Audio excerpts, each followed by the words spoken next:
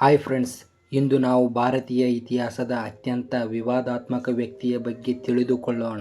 ನಾಥೂರಾಮ್ ಗೋಡ್ಸೆ ಯಾರು? ಅವರು ಏಕೆ ಮಹಾತ್ಮ ಗಾಂಧಿಯನ್ನು ಹತ್ಯೆ ಮಾಡಿದರು? ಅವರ ವಿಚಾರಧಾರೆ ಏನು? ಈ ಎಲ್ಲ ಪ್ರಶ್ನೆಗಳಿಗೆ ಉತ್ತರಗಳನ್ನು ಈ ವಿಡಿಯೋದಲ್ಲಿ ತಿಳಿದುಕೊಳ್ಳೋಣ. ನಾಥೂರಾಮ್ ಗೋಡ್ಸೆ 1910 ಮೇ 19ರಂದು ಮಹಾರಾಷ್ಟ್ರದ ಪುಣೆ ಸಮೀಪ ಜನಿಸಿದರು. ಅವರ ಪೂರ್ಣ ಹೆಸರು ನಾಥೂರಾಮ್ ವಿನಾಯಕ್ ಗೋಡ್ಸೆ. ಯೌವನದಲ್ಲಿ ಅವರು ಹಿಂದೂ ರಾಷ್ಟ್ರದ ಚಿಂತನೆಗಳಿಗೆ ಆಕರ್ಷಿತರಾದರು. ಅವರು ಕೆಲ ಕಾಲ ರಾಷ್ಟ್ರೀಯ ಸ್ವಯಂ ಸೇವಕ ಸಂಘ ಜೊತೆ ಸಂಪರ್ಕ ಹೊಂದಿದರು. ನಂತರ ಅವರು ಹಿಂದೂ ಮಹಾಸಭಾ ಸಂಘಟನೆಯ ಚಟುವಟಿಕೆಯಲ್ಲಿ ಭಾಗವಹಿಸಿದರು.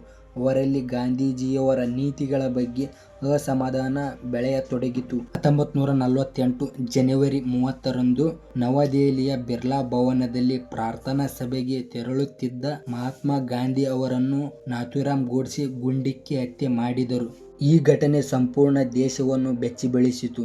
ಗಾಂಧೀಜಿಯವರು ಭಾರತ ಸ್ವಾತಂತ್ರ್ಯ ಹೋರಾಟದಲ್ಲಿ ಪ್ರಮುಖ ನಾಯಕರು. ಅವರ ಹತ್ಯೆ ಭಾರತ ಇತಿಹಾಸದ ಅತ್ಯಂತ ದುಃಖದ ಕ್ಷಣಗಳಲ್ಲಿ ಒಂದು.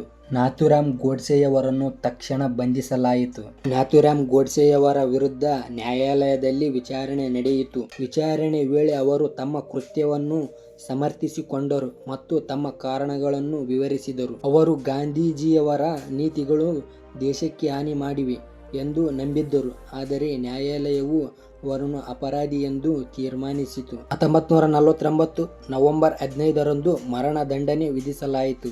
ನಾಥೂರಾಮ್ ಗೋಡ್ಸೆಯ ಹೆಸರು ಇಂದಿಗೂ ಭಾರತದಲ್ಲಿ ವಿವಾದಾತ್ಮಕ ವಿಷಯವಾಗಿದೆ. ಕೆಲವರು ಅವರನ್ನು ದೇಶಭಕ್ತ ಎಂದು ಹೇಳುತ್ತಾರೆ, ಆದರೆ ಬಹುಮತ ಜನರು ಅವರನ್ನು ಹತ್ಯೆಗಾರನೆಂದು ಖಂಡಿಸುತ್ತಾರೆ. ಇತಿಹಾಸಕಾರರ ಅಭಿಪ್ರಾಯ ಪ್ರಕಾರ ಗಾಂಧೀಜಿಯವರ ಹತ್ಯೆ ಭಾರತದ ಪ್ರಜಾಪ್ರಭುತ್ವದ ಮೇಲೆ ದೊಡ್ಡ ಆಘಾತವಾಗಿತ್ತು. ಈ ಘಟನೆಯ ನಂತರ ಸರ್ಕಾರವು ಕೆಲವು ಸಂಘಟನೆಗಳ ಮೇಲೆ ನಿಷೇಧ ಹೇರಿತು ಮತ್ತು ದೇಶದಲ್ಲಿ ಭದ್ರತಾ ಕ್ರಮಗಳನ್ನು ಬಲಪಡಿಸಲಾಯಿತು. ನಾಥೂರಾಮ್ ಗೋಡ್ಸೆ ಒಂದು ಹೆಸರು, ಒಂದು ಘಟನೆ, ಒಂದು ಶಾಶ್ವತ ಚರ್ಚೆ. ಇತಿಹಾಸವನ್ನು ತಿಳಿದುಕೊಳ್ಳುವುದು ಮುಖ್ಯ, ಆದರೆ ಹಿಂಸೆಯನ್ನು ಯಾವತ್ತೂ ಸಮರ್ಥಿಸಬಾರದು. ಈ ವಿಡಿಯೋ ನಿಮಗೆ ಉಪಯುಕ್ತವಾದರೆ ಲೈಕ್ ಮಾಡಿ, ಶೇರ್ ಮಾಡಿ. ಇನ್ನಷ್ಟು ಇತಿಹಾಸ ಮಾಹಿತಿಗಾಗಿ ನಮ್ಮ ಚಾನಲ್ಗೆ ಸಬ್ಸ್ಕ್ರೈಬ್ ಮಾಡಿ.